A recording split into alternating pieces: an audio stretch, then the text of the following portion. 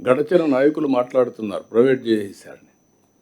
దాని పేరు కూడా ప్రభుత్వ కళాశాల పలాని ప్లేస్, పక్కన ప్రైవేట్ వాళ్ళ పేరు పెట్టి మేనేజ్ చేసుకుంటూ చిన్న నష్టాలతో వాళ్ళు మేనేజ్ చేస్తారు. ఆస్తి ఎవరిది? మందే. గైడ్లైన్స్ ఎవరు ఫ్రేమ్ చేసాం? మనమే ఫ్రేమ్ చేస్తాం. దాన్ని రెగ్యులేట్ ఎవరు చేస్తాం? మనమే చేస్తాం. ఇప్పుడుండే సీట్ల కంటే సీట్లు పెరుగుతున్నాయి. 100% out patients free. Government hospitals కంటే బెటర్గా ట్రీట్మెంట్. 70% ఇన్ పేషెంట్స్ మనం పంపించిన ఎన్టీఆర్ వైద్య సేవ పేషెంట్లే ఉంటారు.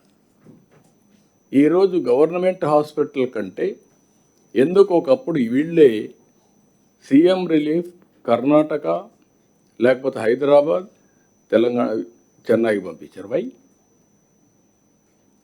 అంటే గవర్నమెంట్ సర్వీసెస్ అన్నీ కూడా చాలవనే కదా.